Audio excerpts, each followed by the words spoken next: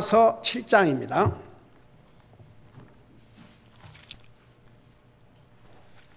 로마서 7장.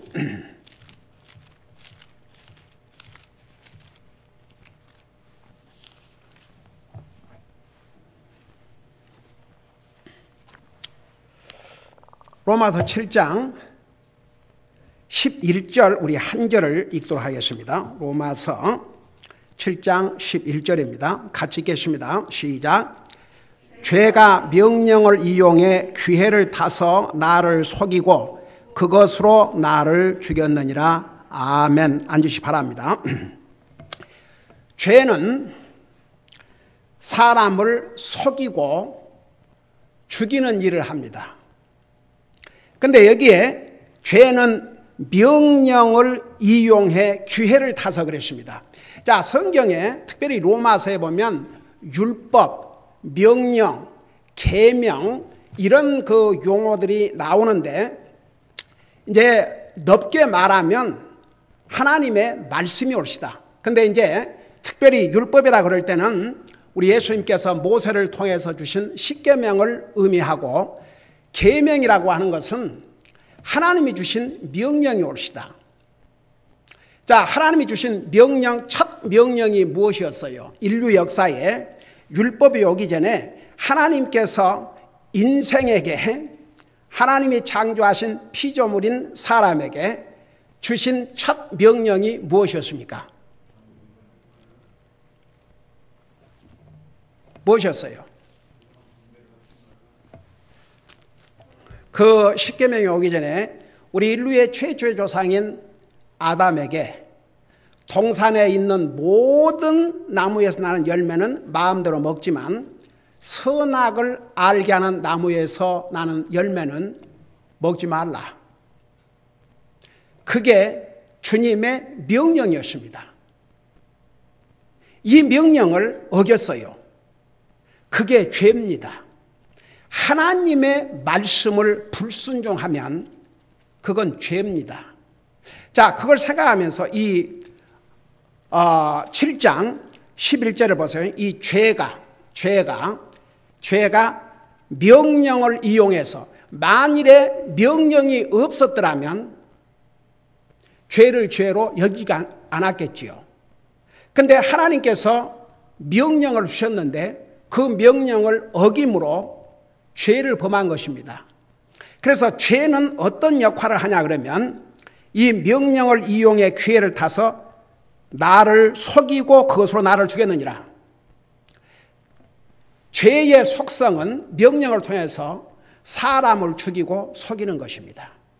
그런 면에서 바울도 그가 나중에 예수님을 믿고 구원받고 정말 하나님의 위대한 사도가 됐지만 그 전에는 그 하나님의 말씀을 자기는 지켰다고 생각했지만 아니었어요. 여러분, 우리 얼마 전에 로마서 7장 똑같은 7장 7절에 보면 그 십계명 중에서 마지막 계명인 율법이 너는 탐내지 말라 하지 아니했더라면 내가 탐욕을 알지 못하였으리라. 그 부분에 대해서 자세하게 설명했지 않습니까? 그게 하나님께서 십계명을 통해서 주신 계명입니다. 마지막 계명이긴 하지만 근데 사람들이 자기가 가지고 있는 탐욕에 대해서는 알지를 못해요. 사람마다 다 욕심이 있습니다. 근데 그 욕심을 죄로도 여기질 않습니다. 여러분, 탐욕은 우상 숭배라고 했습니다. 무서운 죄입니다. 그럼에도 불구하고 많은 사람들이 만일에 그 탐욕이 죄라는 거, 탐욕하지 말라 그 명령이 없었더라면 아무리 탐욕을 부려도 그걸 죄로도 여기지를 않지요. 사람들이 계명에 있음에도 불구하고 그건 자기도 모르고 지나가 버려요. 자기에게 탐욕이 있는 것을 생각도 하지 않고 그걸 죄로도 여기지를 않습니다.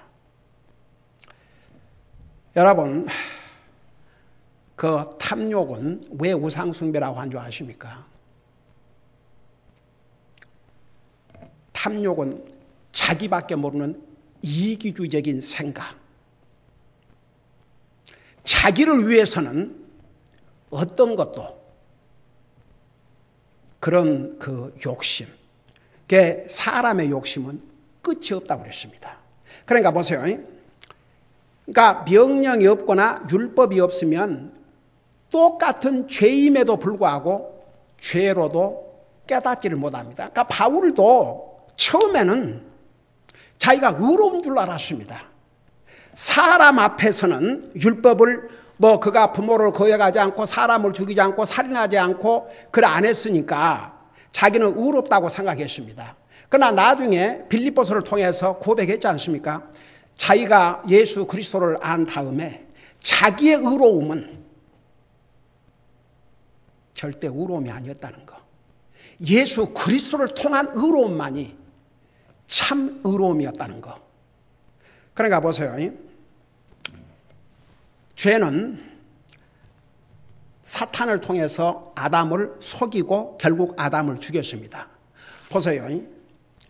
이브에게 뭐라고 접근했냐면 사탄이 너가 하나님께서 금하신 사실 저 선악을 알게 한 나무에서 나는 열매를 먹으면 뭐라 그랬어요? 너가 하나님과 같이 될 것이다. 절대 죽지 않는다. 완전히 거짓말을 한 거죠. 완전히 속인 거죠. 그러면 그 결과를 보자고요. 사탄 말대로 됐어요?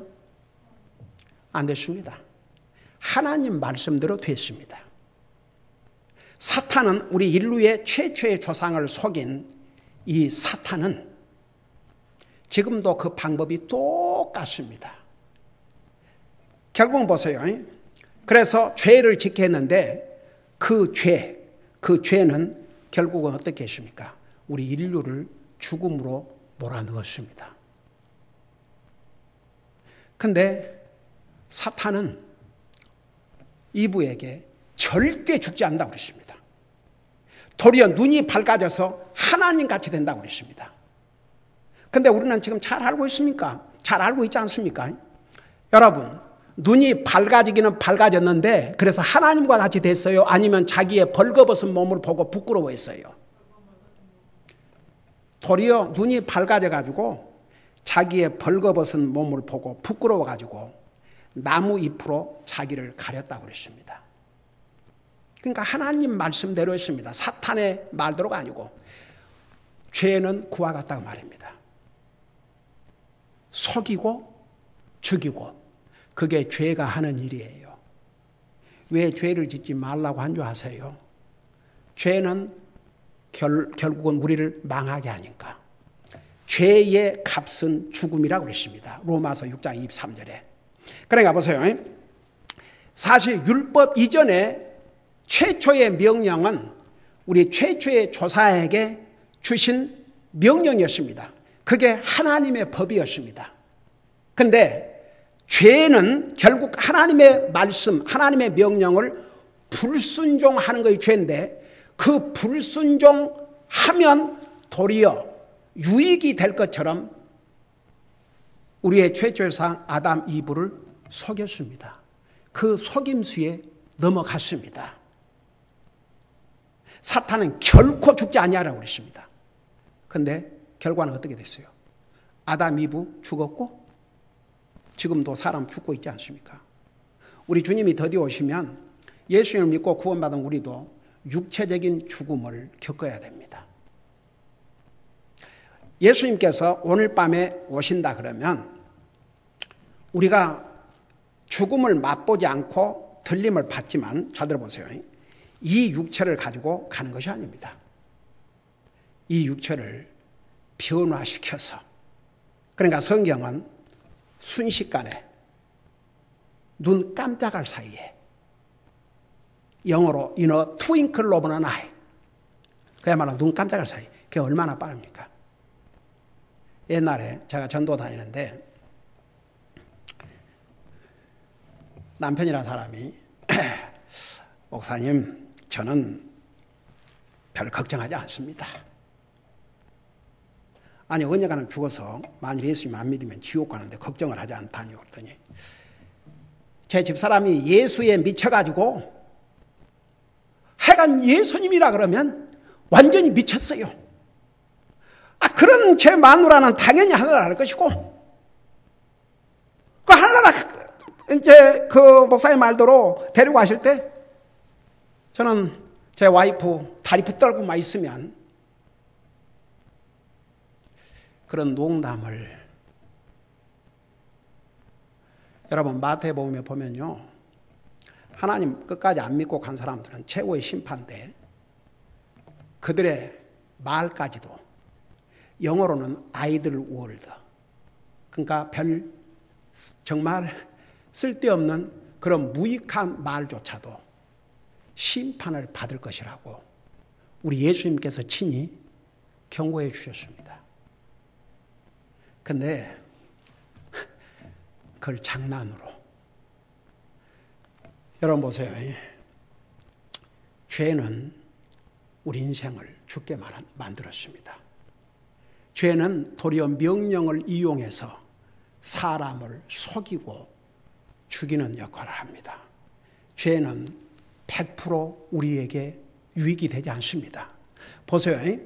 우리가 예수님 믿고 구원받고 하나님의 은혜로 우리 죄 용서를 받았지만 여전히 사탄은 하나님의 사람들을 유혹합니다. 아이고 그 죄 좀 진다고 해서 다 용서받고 하늘나라 갈 거인데 뭐 죄 지으려면 죄 짓고 살아라. 사탄은요, 끊임없이, 사탄이 시험하는 대상은 안 믿는 사람들이 아니에요. 안 믿는 사람은 자기 것이니까. 안 믿는 사람들을 뭐 때문에 유혹합니까?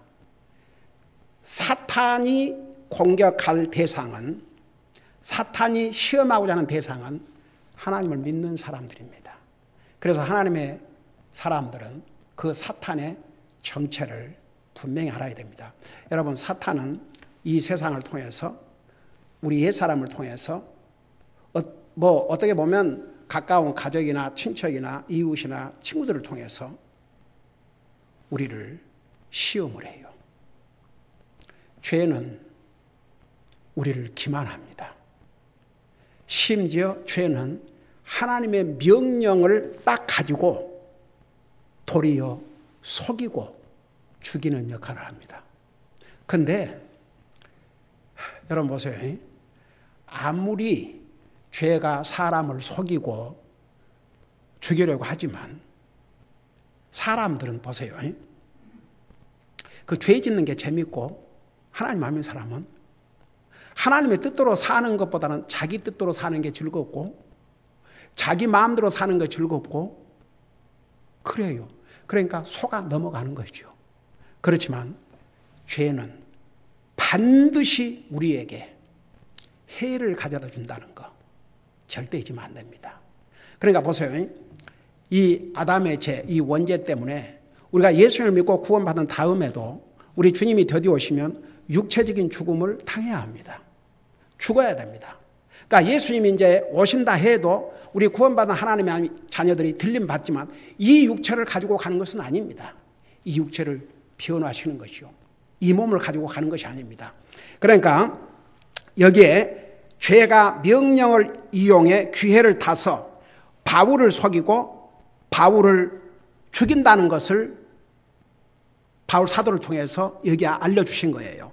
그 죄는 똑같은 방법으로 아담과 이브를 속였고 결국 죽게 했고 그 죄는 여전히 지금도 사람을 속이고 죽게 만드는 것이 죄의 속성입니다. 자, 그래서 보세요. 왜 우리가 구원받은 하나님의 자녀들이 하나님의 명령에 순종하고 살아야 우리에게 복이 되냐 그러면 하나님의 명령을 불순종하면 죄는 그것을 탁 이용해가지고 우리로 하여금 계속 죄를 짓고 살도록 그렇게 유도를 해요. 그러니까 보세요. 우리는 구원받은 순간에 우리의 죄들을 용서받고 하나님의 자녀가 됐지만 죄는 항상 그렇게 기회를 만들어서 우리를 속이고 우리를 힘들게 만들고 우리를 어렵게 만들고 우리에게 유익을 주지 못하는 일을 하게 한다고 말입니다. 자, 그 다음에 이제 12절에 가면 다시 이제 율법이라는 단어가 나오죠. 그러면 이제 이 율법의 성격에 대해서 자세하게 설명을 하고 있습니다. 12절에서부터 13절까지는 죄의 특징, 죄의 성격을 몇 가지로 보여주고 있는데 4가지로 보여주고 있습니다. 자, 우선 첫째를 보십시다. 그런즉 율법도 거룩하고, 자, 율법 자체는 보세요. 하나님께서 율법을 우리 인생들에게 주신 것은 그 율법을 지켜서 하나님 앞에 오거나 그 율법을 지킴으로 구원을 받을 것이라고 생각해 주신 것이 아니라니까요. 죄의 속성을 가지고 태어난 우리 인생들은 하나님이 주신 이 율법을 다 지키고 완성해서 하나님 앞에 인정을 받고 구원받고 하늘나라 갈 사람 한 사람도 없었어요. 그래서 예수님이 오셔야 했습니다. 예수님만이 율법을 완성하실 수가 있습니다. 우리는 할 수가 없어요. 율법을 어기면 어기지 우리가 어떻게 율법을 완성하겠습니까? 근데 우리 같은 죄인도 율법을 완성할 수 있는 방법은 예수 그리스도를 통해서만이. 우리가 예수님을 믿음으로 인해서 우리 예수님께서 뭐라 하셨어요? 내가 율법을 폐하러 온 것이 아니요 율법을 완성하러 오셨다고 그랬습니다. 율법이 정한 최고의 형벌인 죽음을 우리 예수님께서 대신 받아주신 것이죠. 그래서 내가 예수님이 나의 죄를 위해서 율법을 어기고 하나님의 명령을 어긴 나를 위해서 대신 벌을 받으셨음을 믿는 사람은 그 예수님을 통해서 율법의 완성자로 주님께서 봐주시는 것이죠. 그래서 우리를 예수 그리스도를 통해서 의로운 자로 삼아주신 것이죠. 그러면서 동시에 율법은 우리 사람들에게 절대적으로 필요한 이유가 뭐냐 그러면 사람으로 하여금 죄를 깨닫게 해주시기 때문에. 여러분 보세요. 많은 사람들이 하나님 안 믿는 사람도 5계명부터 10계명 그걸 도덕법이라고 그래요. 그거 어기면 잘못한다는 거 다 알아요. 왜 그런 줄 아세요? 그 양심 속에 기록이 되어 있기 때문에. 근데 1계명부터 4계명까지는 몰라요. 그걸 어기면 사실 10계명 중에 1계명, 4계명이 더 앞에 있는 첫 계명 아닙니까? 우리 예수님께서 가장 큰 계명이라고 했습니다. 근데 그 계명은 상관도 하지 않아요. 하나님 안 믿는 사람들은. 아니 그래요 안 그래요? 그걸 상관한다면 하나님 안 믿을 수가 없죠. 안 그렇습니까? 그리고 이제 1계명부터 4계명까지 중에서 그 4계명도 그걸 뭐라고 그러고 아니 무슨 법이라고 그러냐면 세리모니얼 로, 의식의 로, 법. 그래서 특별히 4계명은 하나님께서 이스라엘 백성들과 하나님과 이스라엘 백성들과의 언약의 징표로 주셨다고 그랬어요. 언약의 징표. 이방인들과의 관계가 아니고 유대인들과 언약의 징표로 주셨다고 그랬습니다. 근데 보세요.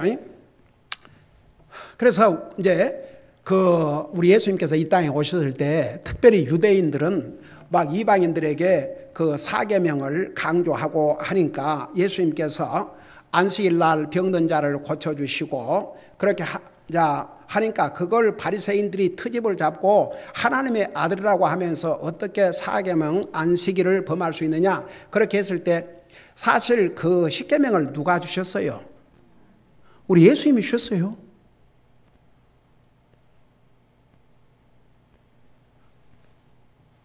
근데 이제 유대인들은 예수님을 하나님의 아들이라고 하면서 어떻게 그 계명을 어길 수 있냐? 그러니까 예수님이 뭐라고 답을 했습니까? 내가 안식일의 주인이라고 그랬어요. 그리고 솔직히 말해서 안식일이라고 아니 너의 소나 양이나 짐승이 구덩이에 빠지면 안 건져주겠느냐? 그러면 그 경우는 건져주고 그러니까 유대인들은 이방인들에게 그걸 강요를 했어요. 예수님은 분명히 했습니다. 사람이 안식일을 위해서 있는 것이 아니고 안식일이 사람을 위해서 있는 것이라고. 아니, 안식일이 그렇죠. 사람이 안식일을 위해서 있는 게 아니고 안식일도 사람을 위해서 있는 것이라고. 그런데 이제 한 가지 주여, 다른 특별히 종파, 교단, 종파라 그러면 좀 말이 그렇나? 다른 교단, 예를 들어서 뭐 장로교나 이런 데서는 썬데이를 안식일로 얘기를 해요. 저도 그렇게 가르침을 받고 자랐어요. 그 맞는 얘기예요? 틀린 얘기예요? 맞는 얘기 아니에요. 안식일은 토요일입니다. 썬데이는 주님이 부활하심을 축하하고 살아계신 주님을 예배하는 날이 주일입니다.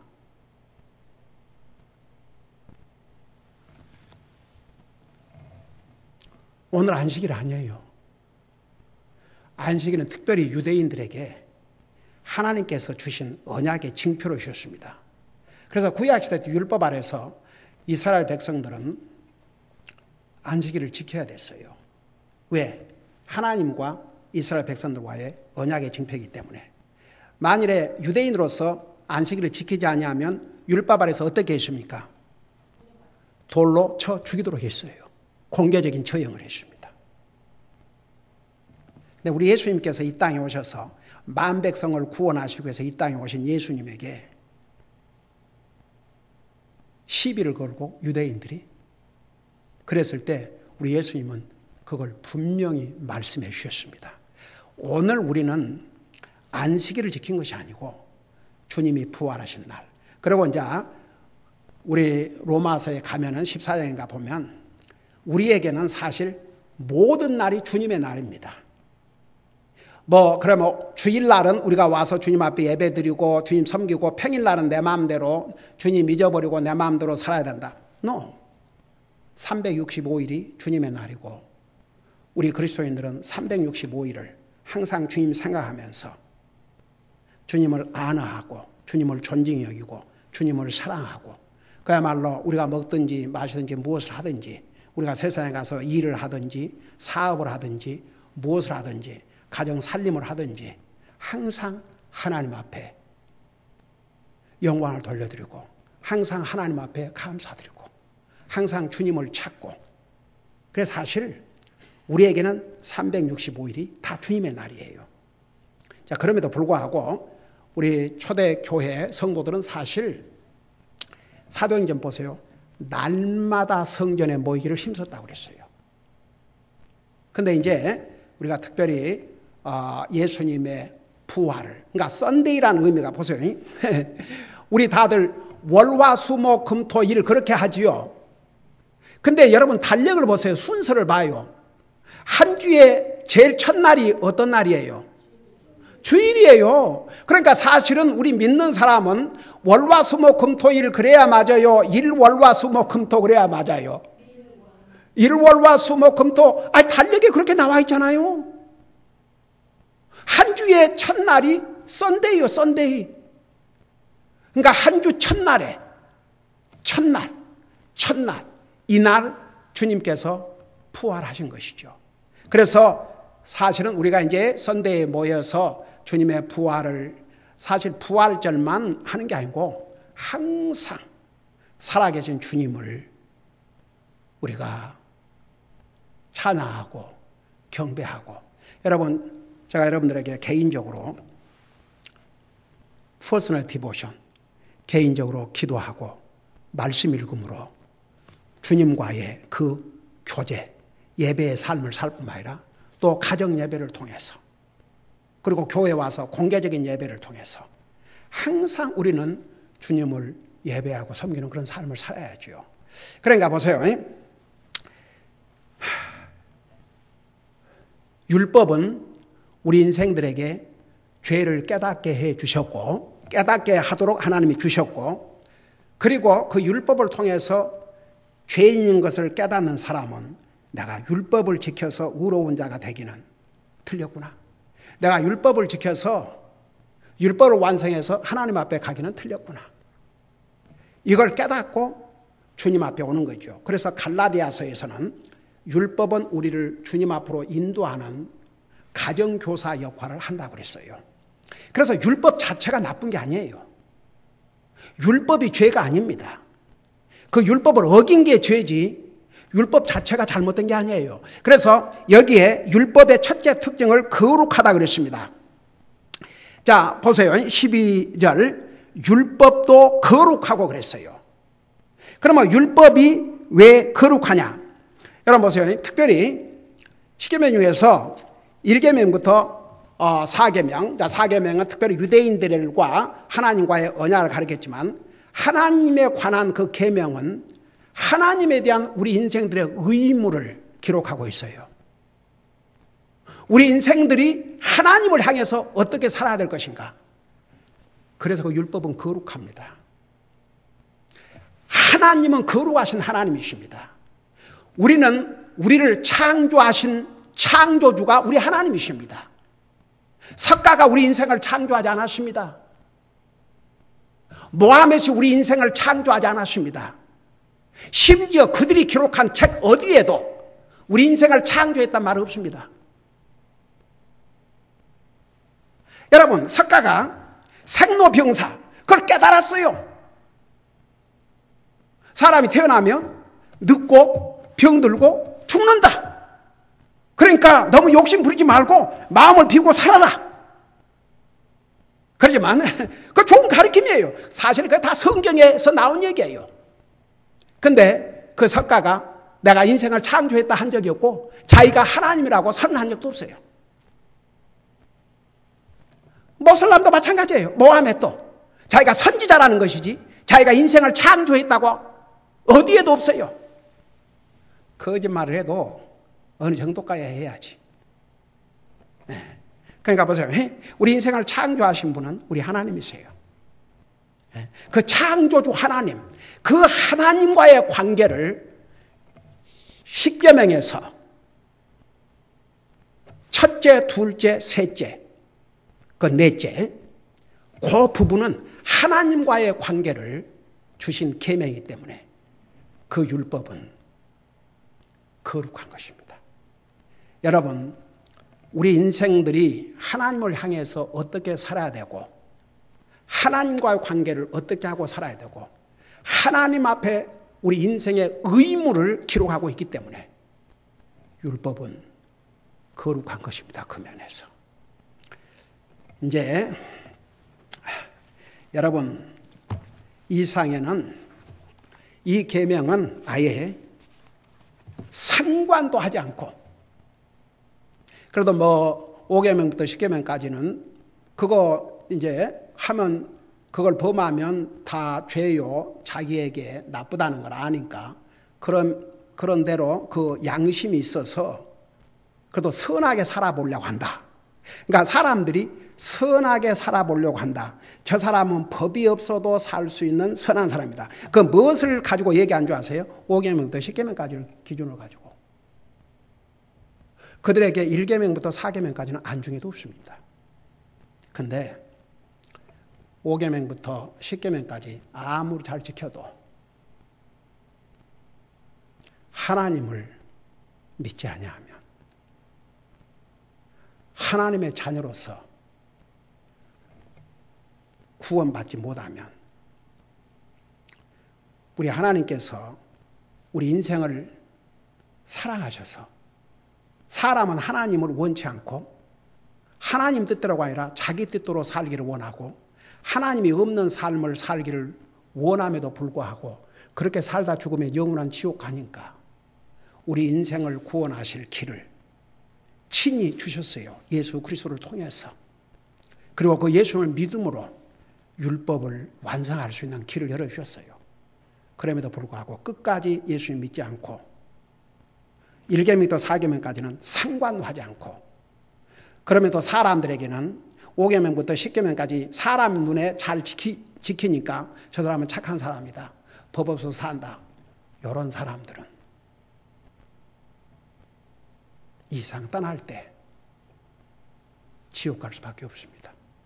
그러니까 하나님 아는 사람은요 5계명부터 10계명까지 잘못하면 잘못인 줄 알아요. 근데 그보다 더 중요한, 가장 중요한 계명인 1계명부터 4계명까지는 상관도 안 하고 살아요. 그러니까 결국은 그들은 율법을 범해도 가장 첫째 되는 계명, 가장 중요한 율법을 범한 자가 돼가지고 결국은 이 세상을 떠날 때 그 죄값으로 지옥 갈 수밖에 없는 것이죠. 그러니까 여러분, 율법은 우리에게 여전히 필요합니다. 어떤 면에서 계속 율법은 하나님의 자녀로서, 더더구나 우리는 하나님의 자녀들입니다.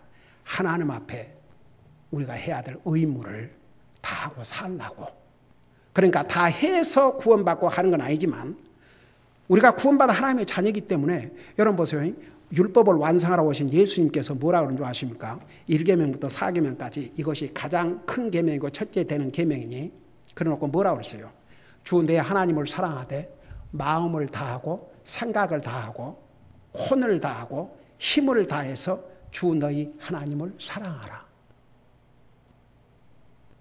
그게 우리에게 주신 하나님의 명령이에요. 우리가 그 율법을 지켜 살라고 하는 거 아니지만 우리는 주님을 사랑하고 살아야 됩니다. 주님이 우리를 구원해 주신 이유가 뭔지 아십니까? 우리를 사랑하셔서. 그래서 로마서 5장 8절에 우리가 아직 죄인 되었을 때에 그리스도께서 우리를 위하여 죽으심으로 우리를 향한 하나님의 사랑을 확실하게 보여주셨다고 했습니다. 그러니까 우리는 하나님의 사랑으로 구원받고 하나님의 자녀가 됐기 때문에 진짜 그 주님을 마음을 다해서, 생각을 다해서, 혼을 다해서, 힘을 다해서 주님을 사랑하고 살아야 됩니다. 기도하십시다. 우리 아버지 하나님, 율법은 우리에게 죄를 가르쳐 주었고 또 율법 앞에서는 그 누구도 의롭게 되지 못한다는 것을 가르쳐 주셨습니다. 특별히 율법은 하나님과의 관계에서 우리의 의무를 말씀하고 있기 때문에 율법은 거룩합니다. 그러나 죄는 하나님의 율법이나 하나님의 명령을 도리어 이용해서 사람들을 속이고 죽인다는 것도 배웠습니다. 죄에 속지 말게 하여 주시옵소서. 감사합니다. 사랑합니다. 예수님의 이름으로 감사 기도하옵나이다. 아멘.